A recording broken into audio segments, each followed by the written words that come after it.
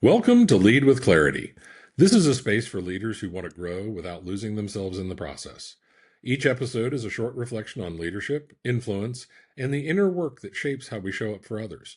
It's not hype, not noise, just clear thinking for the journey of leading well. Today's episode is entitled, Simplicity is the Last Mile of Mastery. Here we go. There's a question that I've pondered recently, and I want to bring it to you today. How often do we confuse complexity with credibility?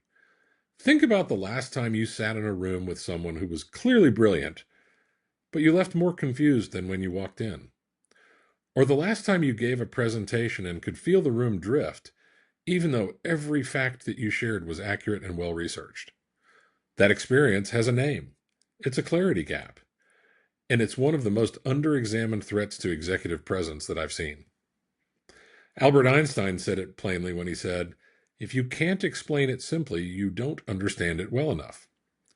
Now, most people hear that and think it's a note about teaching, about communication technique, about choosing simpler words. Not the case. It's a diagnostic. Einstein was telling us that simplicity is not the output of good communication. It is the evidence of complete thinking. When a leader cannot simplify, they've not yet finished the work. They're still inside the complexity. And when you deliver complexity to people who are waiting for clarity, what you communicate most loudly is doubt, hesitation, unfinished thought. And that's the opposite of gravitas. Gravitas is not a personality trait. It's not the baritone voice or the measured pause. Those things are signals. They're the surface of something deeper. Real gravitas is the felt sense that someone in the room has fully resolved what you are still trying to figure out. It's the confidence that comes from genuine understanding, not the performance of confidence, but the real thing. True speaking acumen, is the ability to make the complex feel inevitable, to take a full year of strategic thinking and hand it to a room in 3 sentences that land with weight.